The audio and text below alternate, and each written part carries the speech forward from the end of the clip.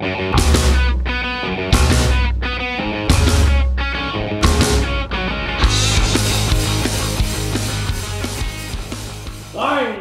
High5Wrestling has gone to a live event. Wow. Okay, well, so that was his sign. This was my sign. Where's Ambrose? Marcus Ambrose died in a car crash, man. Dean Ambrose. Where was Dean? Dino Spumoni is the character on Hey Arnold, man. Okay, so we finally went to a live Raw event, High5Wrestling. Raw came to Oklahoma City. That's true. And, well, yeah. So This may sound odd from us because this was our first live show. So if we missed a couple segments, don't blame us because they didn't show it on the Titantron.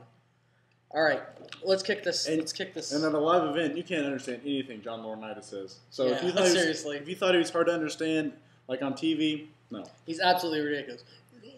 So the crowd's like, What?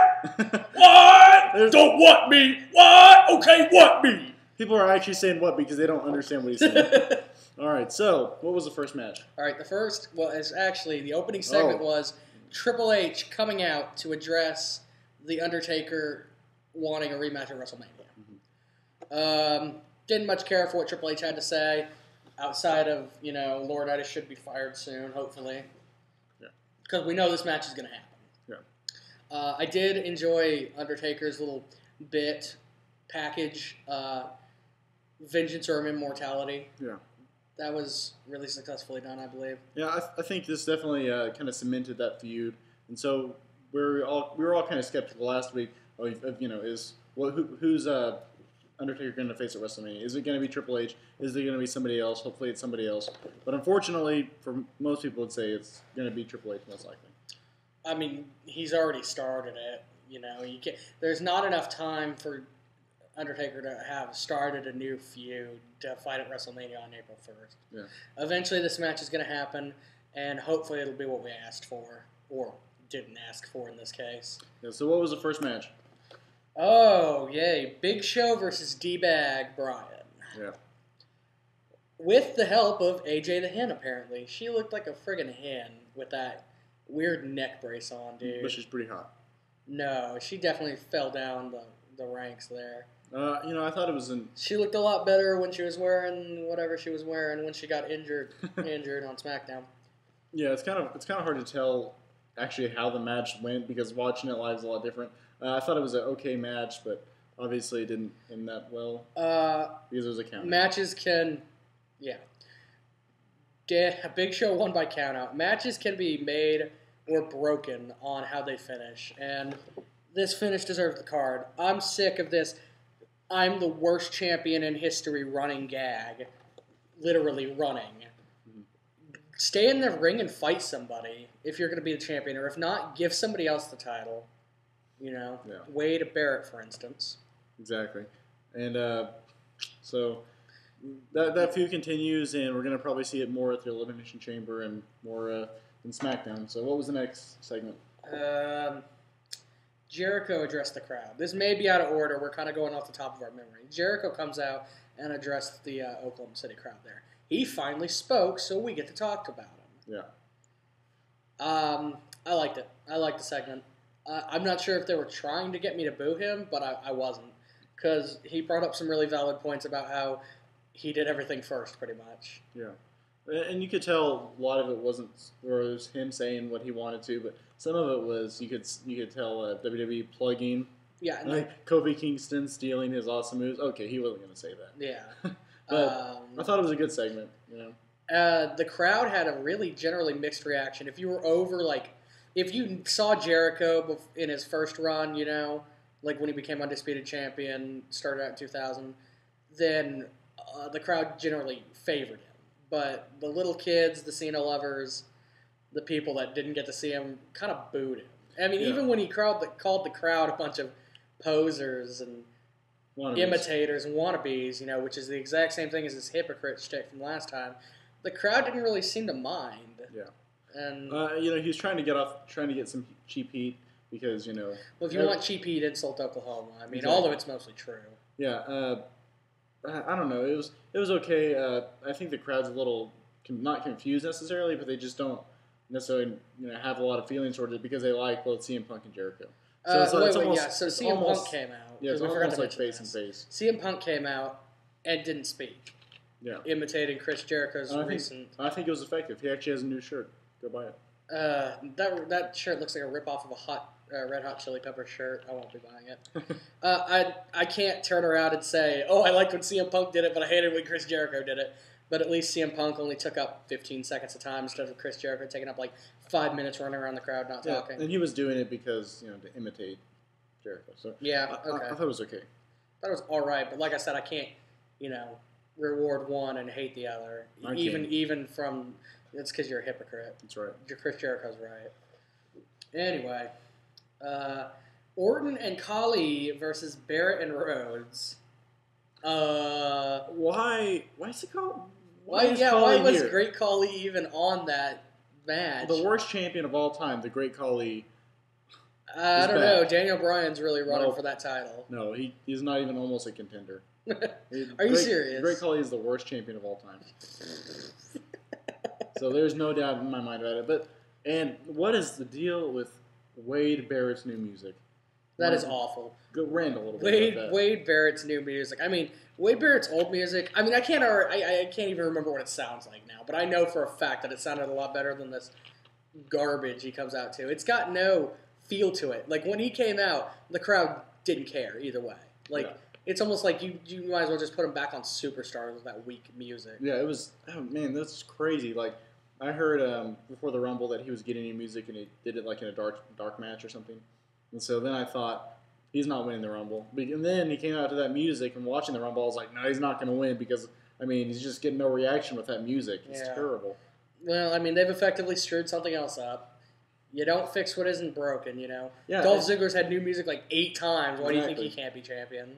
Well, I don't know. But Cody Rhodes, he came out. He got a good little pop and definitely a better reaction than Wade Barrett. And they screwed. I can't get over them screwing the Wade Barrett character so many times. Yeah, I agree. But, I got over it for one night to ask this question, and maybe you guys can help me. Why did the Great Khali get over Wade Barrett and Cody Rhodes? Oh my gosh, that finish was terrible. When he did that chop, I was like, oh, here comes a kick out. So I started texting, and when I heard the 3 count and the bell, I almost dropped my phone in that dark arena. I almost had to buy a new phone. Yeah. So that was dumb. I'm sure it was to get like a loud reaction. 1-star match of the night. And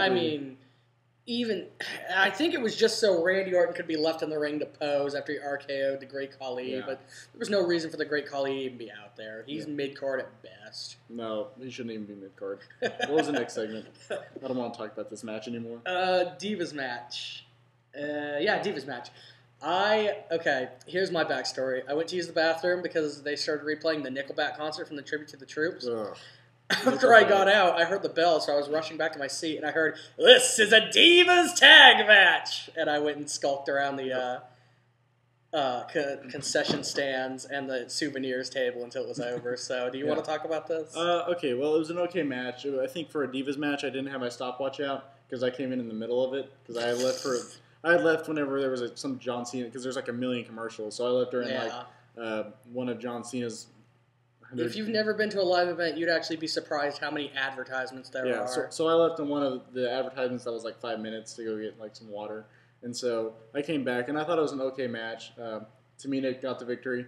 But I'm wondering, where is Karma at? She was at the Rumble. And why even bring Karma back in the Rumble if she's not going to come back? I keep waiting for her to come back into these big events so she can clear the ring, but it's not. The fact that you even care about the Divas is astounding to me. Hey, they're pretty hot. Dude. The Divas Championship gets defended once every 6 months now. It's worse than the tag team titles. Get them out of there. The Bellas, specifically Nikki.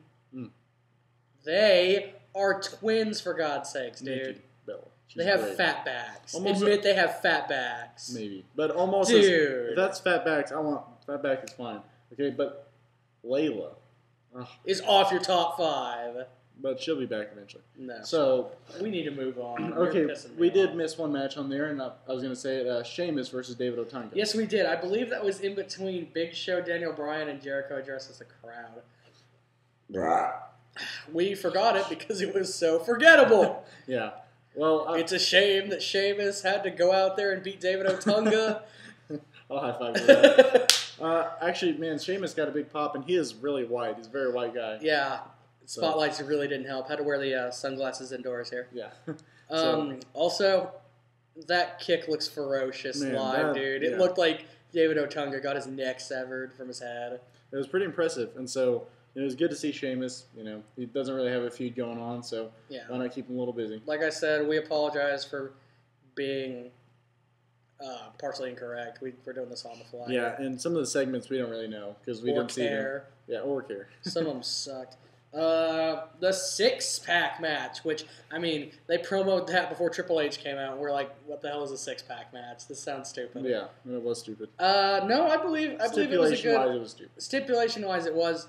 No, I'm going to disagree with you again. Stipulation-wise, it was good, dude. They didn't have time to do a six-man elimination match. Plus, do you really want to see that? Yeah. The six-man, one-winner elimination six-pack match left a lot of tenacity. It made everyone want to fight in the match to stop a pinfall instead of just, I'm just going to stand back here on the ropes and watch this guy get pinned so I can jump him as soon as he stands up from pinfall. Yeah, I thought it was an okay pace match.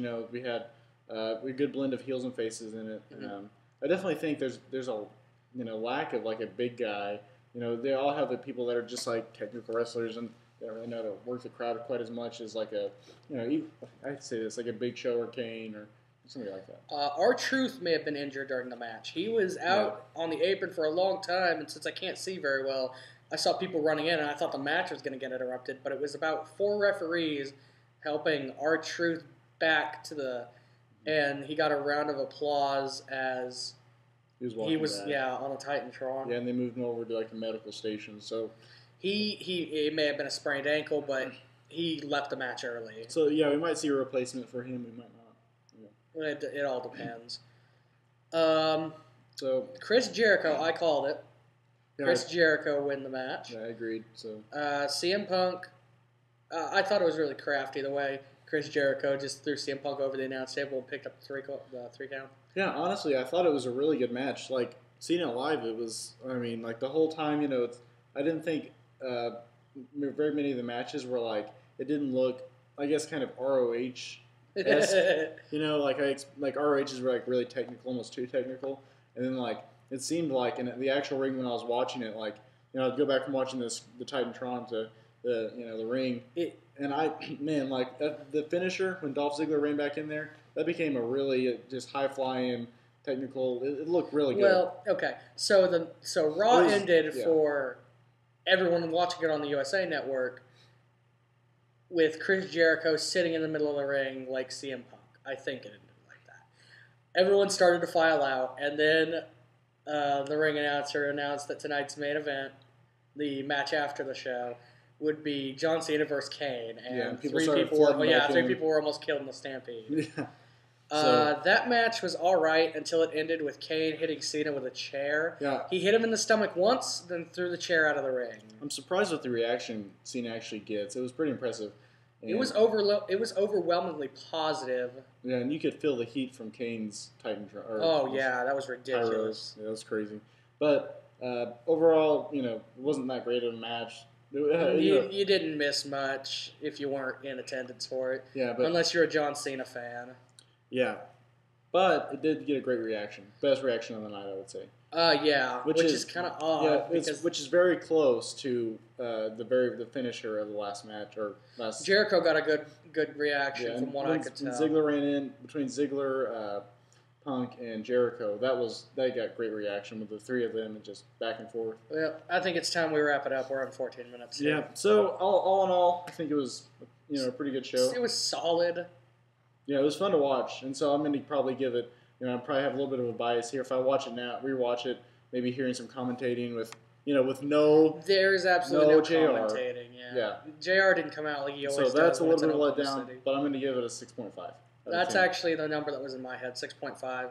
I didn't have to listen to Michael Cole, so that was a plus. Yeah, we had some feuds continue, and I think it was decent, but it wasn't great. Well, it's Oklahoma City. Nothing groundbreaking is going to happen in Oklahoma City.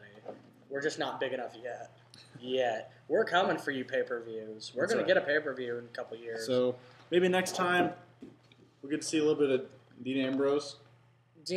No, dude. Dino was the dinosaur from Flintstones. We've been High 5 Wrestling, and we'll high five you later.